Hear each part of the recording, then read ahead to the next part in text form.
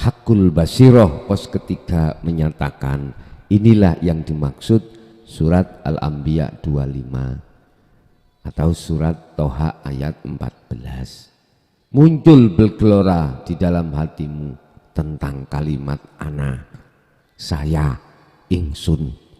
Maksudnya kalau kami proses, yang muncul dalam hatimu itu adalah keingsunannya, keanahan Allah Subhanahu wa ta'ala.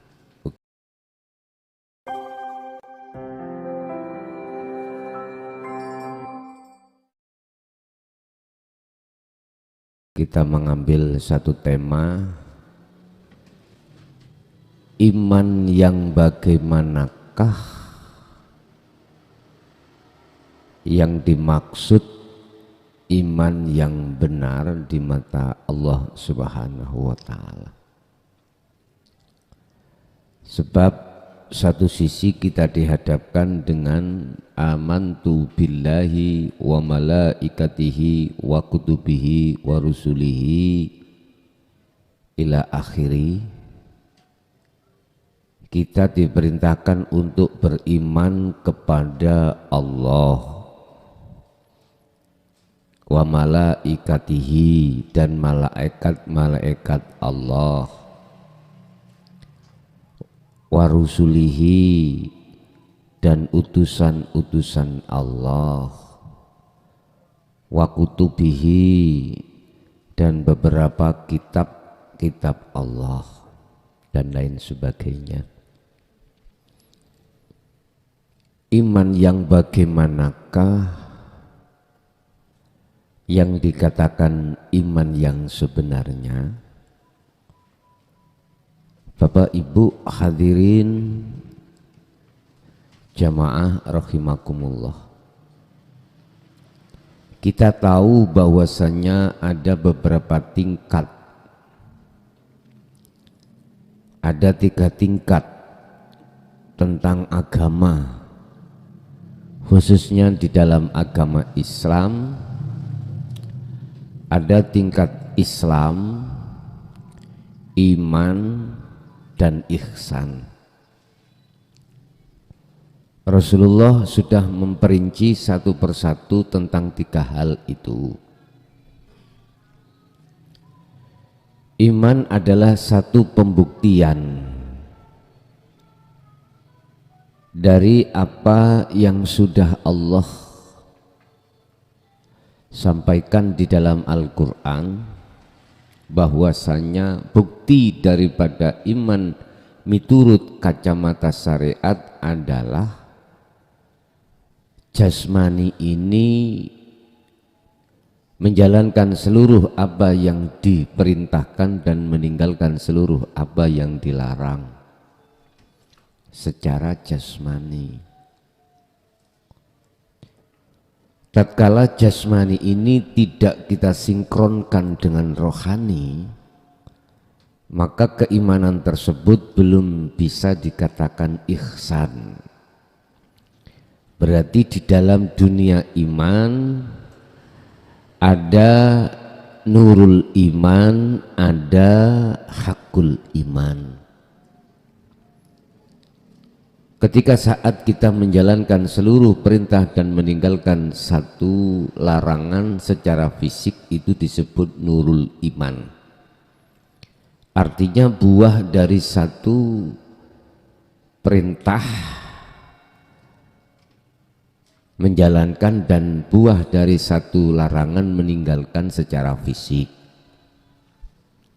Ini disebut nurul iman. Sedangkan disebut hakul iman, ruhaniyah kita menjalankan apa yang diperintah dan menjalankan apa yang meninggalkan apa yang dilarang.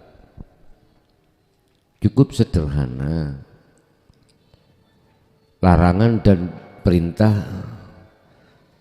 secara hakul iman apa? Menjaga ruhaniyahmu itu hanya menghadap, hanya bersaksi, hanya beriman, hanya memuja dan memuji, hanya merasa dalam setiap aspek apapun itu yang berperan adalah Allah Subhanahu wa Ta'ala. Yang nomor dua, hati menjaga tidak akan beriman, tidak akan merasa, tidak akan bersaksi selain Allah itu yang berperan atas segala-galanya. Inilah yang dimaksud dalam satu ayat, ani'budullaha wajtanibut taghut. Hal ini dilakukan oleh ruhaniyah kita. Manakala ruhaniyah kita menjalankan hal ini, maka inilah yang disebut Rasulullah dalam suatu hadisnya tentang ihsan, anta'budallaha ka'annaka tarahu. Ketika saat kau beraktivitas apapun, seakan-akan kau bisa melihat Allah. Maksudnya apa? Berangkat dari hujjah dalil dalam Al-Quran tentang la haula wala quwata illa billah.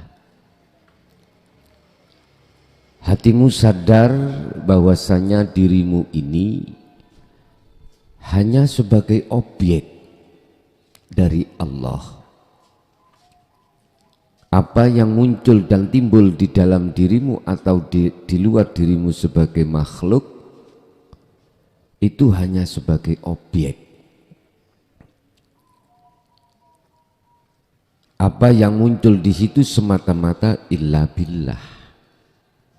Kesadaran hati bahwasanya semua apa yang datang dan muncul itu dari Allah, itu yang dimaksud Rasulullah anta'budallaha ka'annaka tarahu.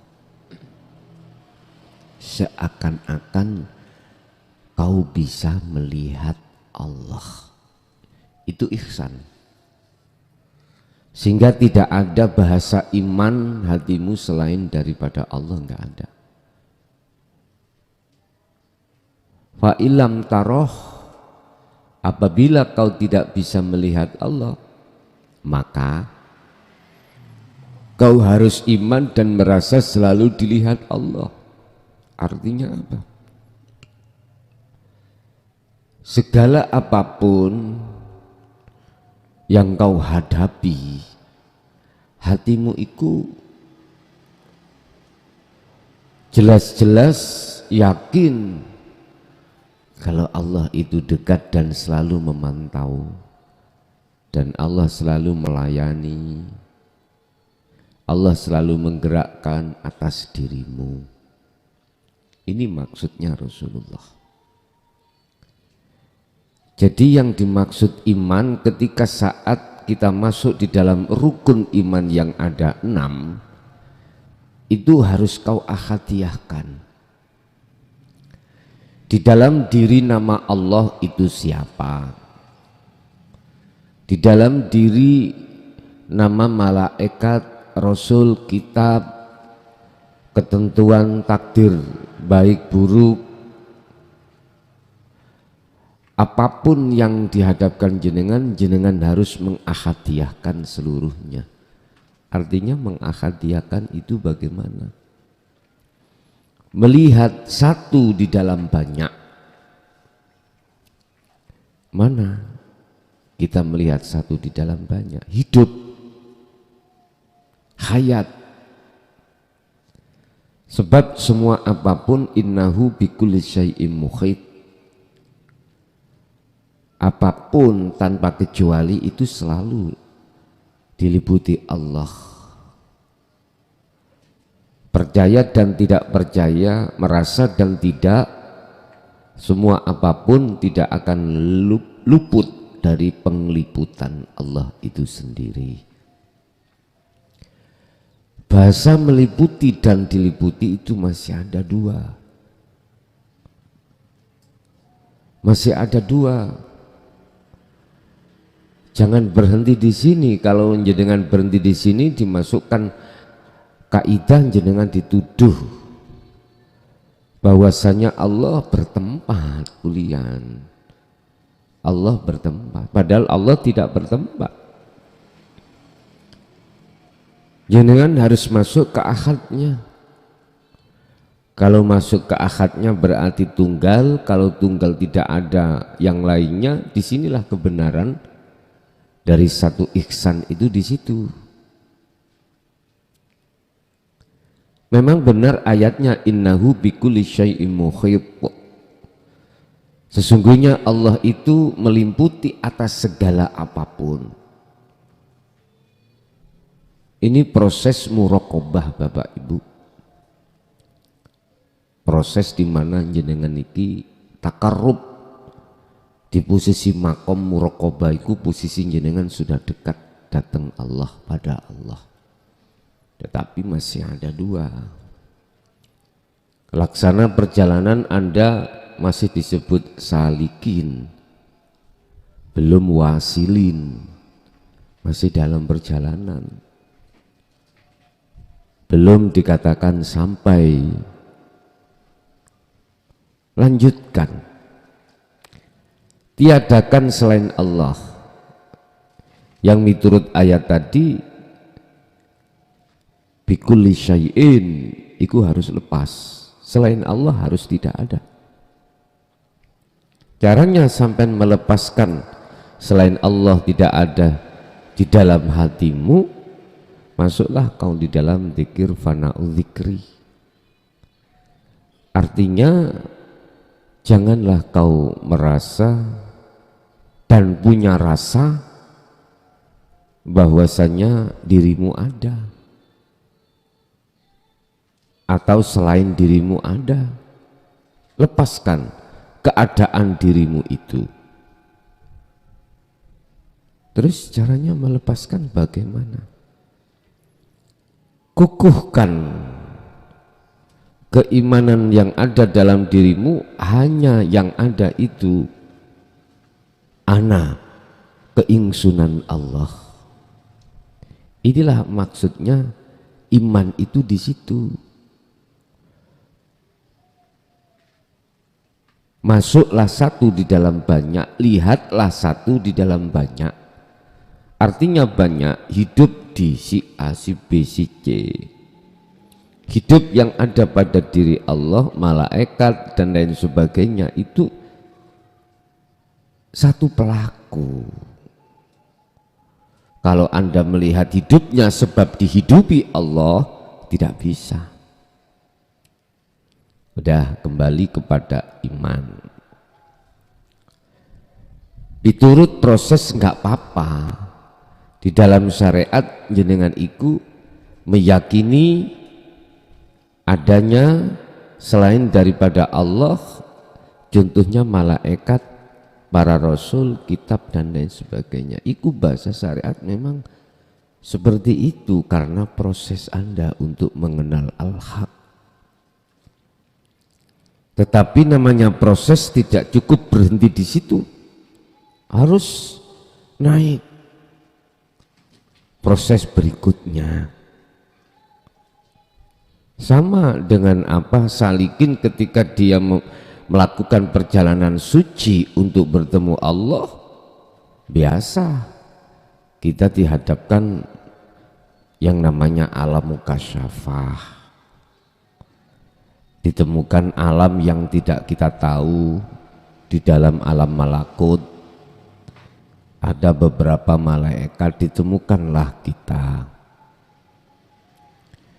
Ditemukanlah kita surga, di dalamnya ada malaikat Ridwan. Ditemukanlah kita neraka, di dalamnya ada malaikat Malik.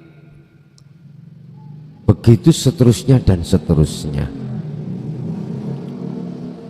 Terkadang juga kita itu dihadapkan, dimasukkan dalam alam Jabarut. Ditemukanlah kita alam barzah. Akhirnya bertemulah terhadap nenek moyang kita yang ruhnya itu belum bisa diterima Allah. Artinya masih di dalam masa pengazaban Allah. Dan banyak-banyak di situ kejadian-kejadian yang kita alami ketika saat kita si salik melakukan suluk, ujian dari Allah masuk dalam alam tersebut. Ditemukanlah kita satu alamnya jin, alamnya syaitan, macam-macam. Tidak cukup berhenti di situ, kadang juga kita diperlihatkan satu alam malakut, satu alam lahud. Bertemulah kita para nabi, para rasul, para kekasih Allah. Mohon maaf, semua apa yang kuurai di dalam Maqam Mukasyafah itu masih ke buku, terbilang makhluk, sekalipun itu syurga, sekalipun itu alam lauhil mahfud, semua masih makhluk. Saya katakan makhluk itu masih ciptaan Allah, sekalipun para nabi dan rasul kekasih Allah, semuanya masih makhluk. Dan ini bukan tujuan kita berhenti di situ, enggak. Penuhlah di dalamnya itu karomah-karomah yang miturut golongan orang tajrid itu sangat penting digunakan dalam rangka untuk mencari kebutuhan dunia. Jadilah Anda seorang paranormal, jadinya begitu. Anda mencari kebutuhan ma'isyatu dunia dengan cara makom tajrid, insyaallah sudah biasa itu, dan mayoritas itu yang disukai oleh umat. Apa? Kepentingan untuk menuju kemewahan duniawiyah, kebutuhan ma'isyatu dunia. Inilah kebanyakan umat manusia itu berhenti di situ, berhenti di situ. Kebanyakan. Apa sebab? Karena tidak dibekali Anda ketika saat suluk menuju wusul oleh guru-guru kita. Tidak dibekali kunci untuk kemusyahadah, yaitu adzikru bisiril asrar. Oleh sebab itu Bapak Ibu, lewat mimbar yang sangat sederhana ini kami menyuguhkan tentang kebenaran iman yang sebenar-benarnya yang Rasulullah katakan sebagai ihsan. Lanjutkan keimananmu sampai pada ihsan. Tentunya Anda harus mengenal apa itu yang disebut zikir sirul asrar. Harus tahu dan paham.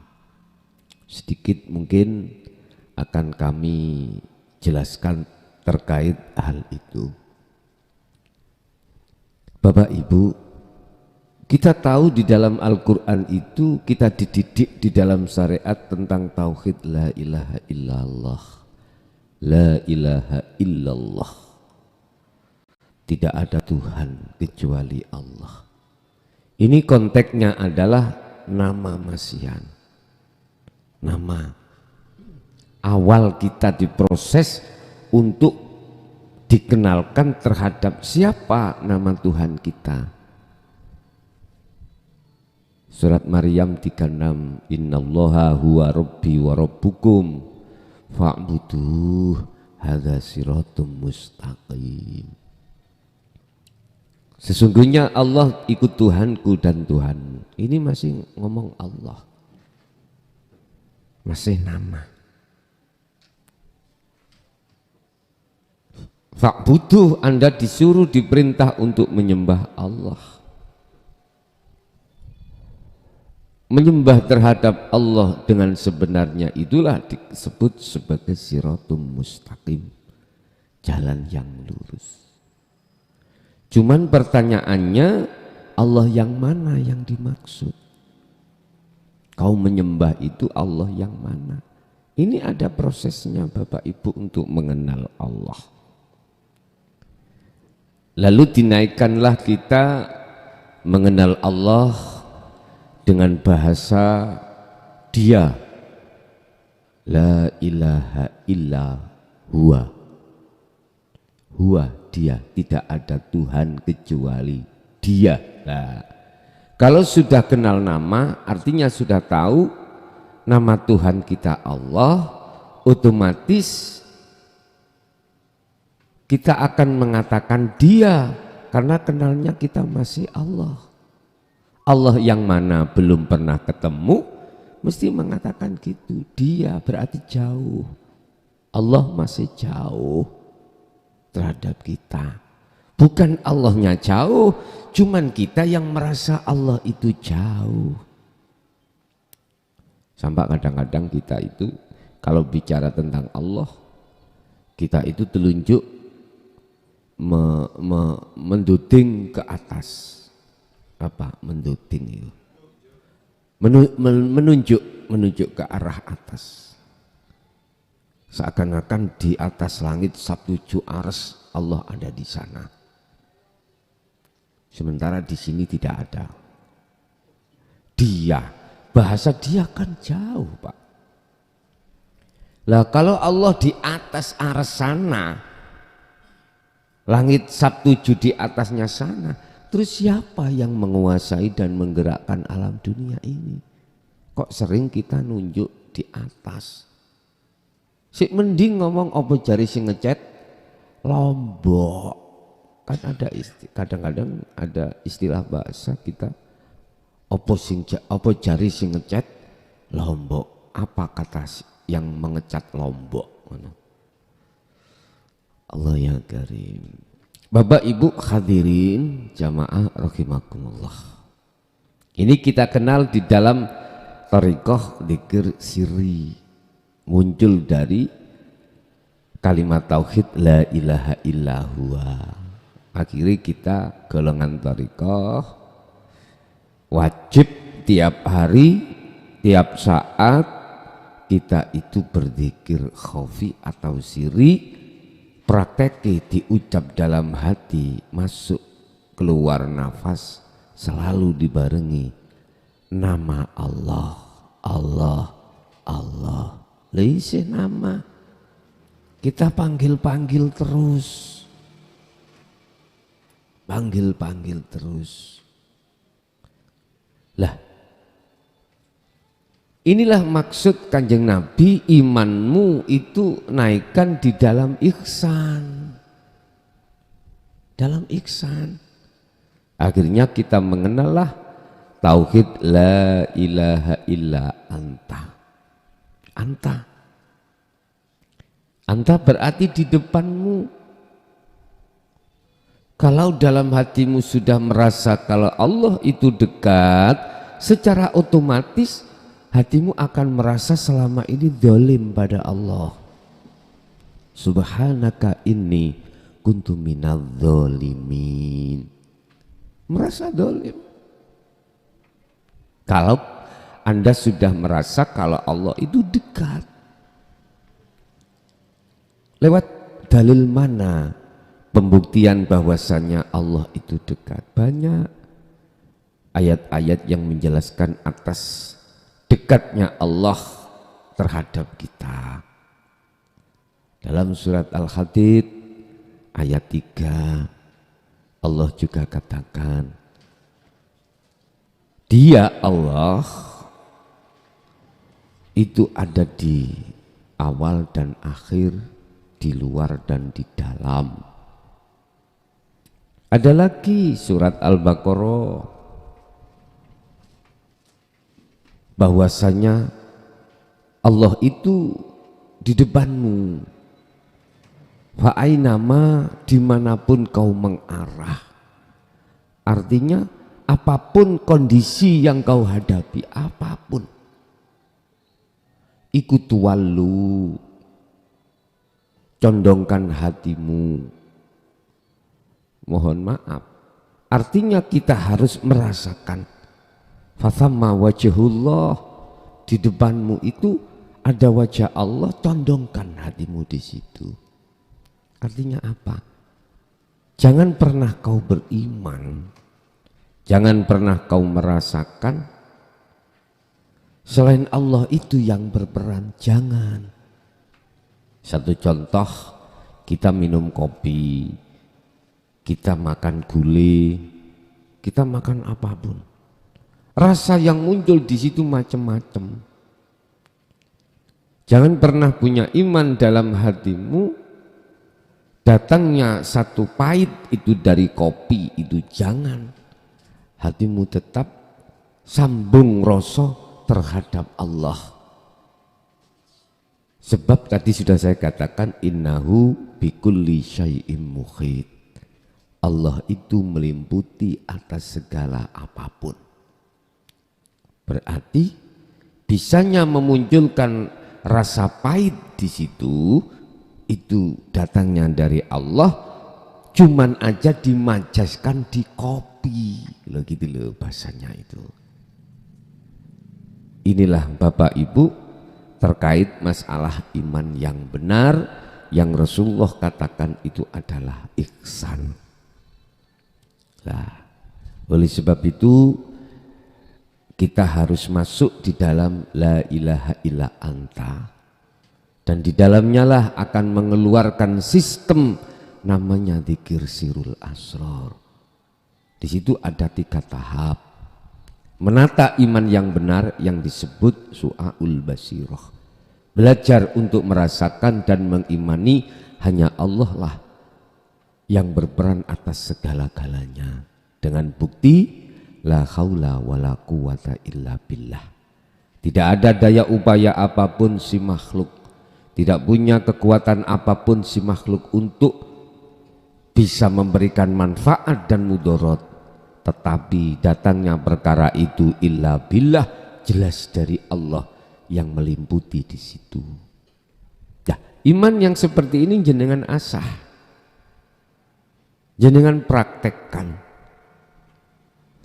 jenengan aplikasikan di dalam seluruh aktivitas yang Anda hadapi, baik di dalam maupun di luar aktivitas sholat.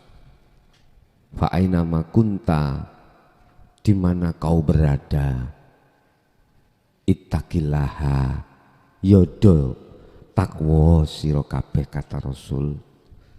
Ittaqillaha haitsuma kunta.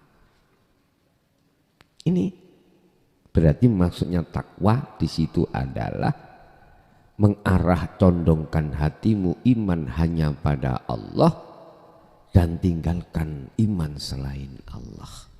Wa may yakfur bitaghut, barang siapa meninggalkan selain Allah dalam hatinya dengan bentuk iman, dengan bentuk cinta, ya mangko wa yu'min billah, Anda akan bisa dikatakan bertemu Allah, bisa dikatakan Anda itu apa, berimannya hanya Allah. Ini yang dimaksud asahlah su'aul basirah, iman yang sudah masuk di dalam ihsan.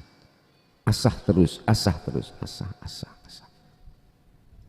Ini nanti yang menilai adalah Allah, yang menilai Allah. Allah sendiri yang menilai Anda mengasah iman yang benar di dalam sirul asrar, di pos su'aul basirah, merasakan itu.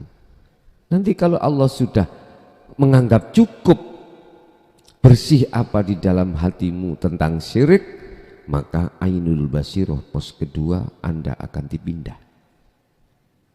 Itulah pertemuan detik-detik Anda terhadap Allah di maqam musyahadah setelah dalam dirimu sudah kefanaan selain Allah.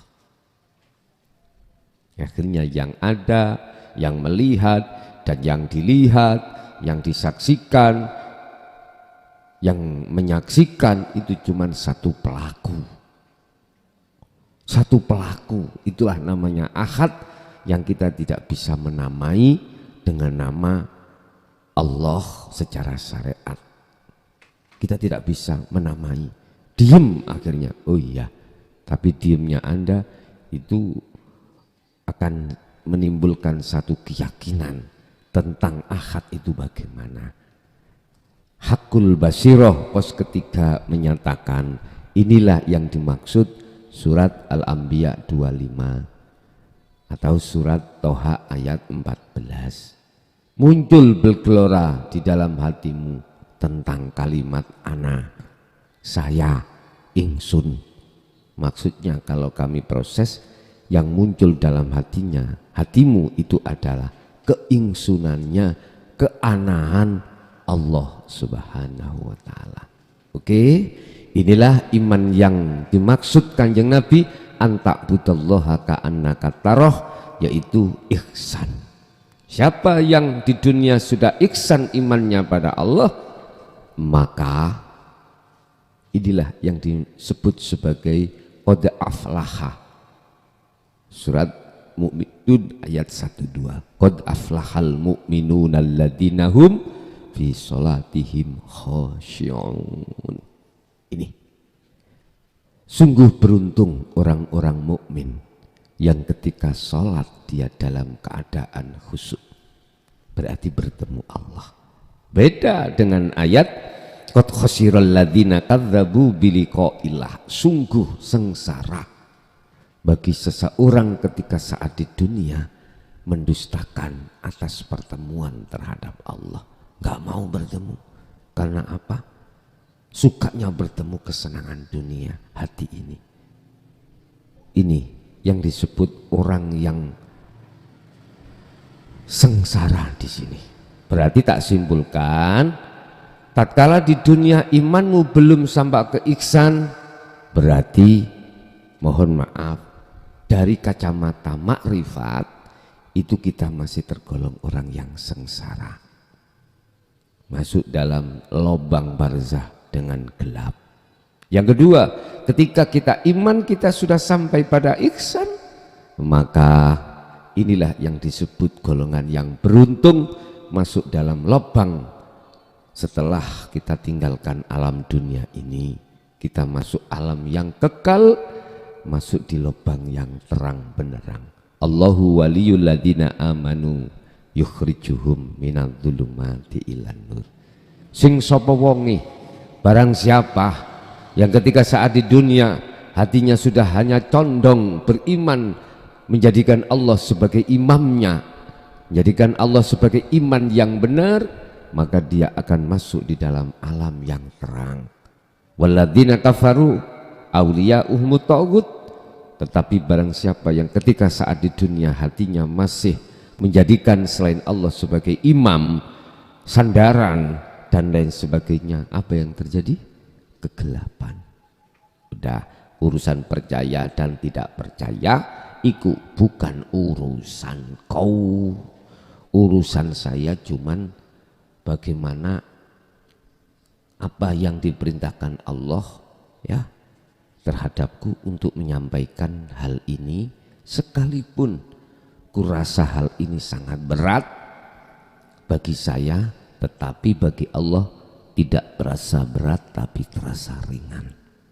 Jelas Rasulullah pun juga saat menyampaikan hal ini, hikayah sejarah tertulis di dalam Al-Quran surat Al-Hijr ayat 94 sampai 99, bagaimana dicaci, dimaki umat itu pada saat itu. Tidak hanya Rasulullah dicaci, dituduh ini adalah ajaran sihir, dituduh ini ajaran sesat, dituduh Rasulullah itu menyesatkan. Subhanallah, itu sudah resiko. Yang jelas beliau adalah sekedar menyampaikan tugasnya. Aku pun meneruskan atas apa yang telah disampaikan Rasulullah, sekalipun ini pahit dirasa, berat dirasa, tetapi tetap saya bersikukuh atas perintah Allah untuk menyampaikan. Urusan jenengan purun rimo, mau makan, ngelek, menelan atau tidak, bukan urusan saya. Oke.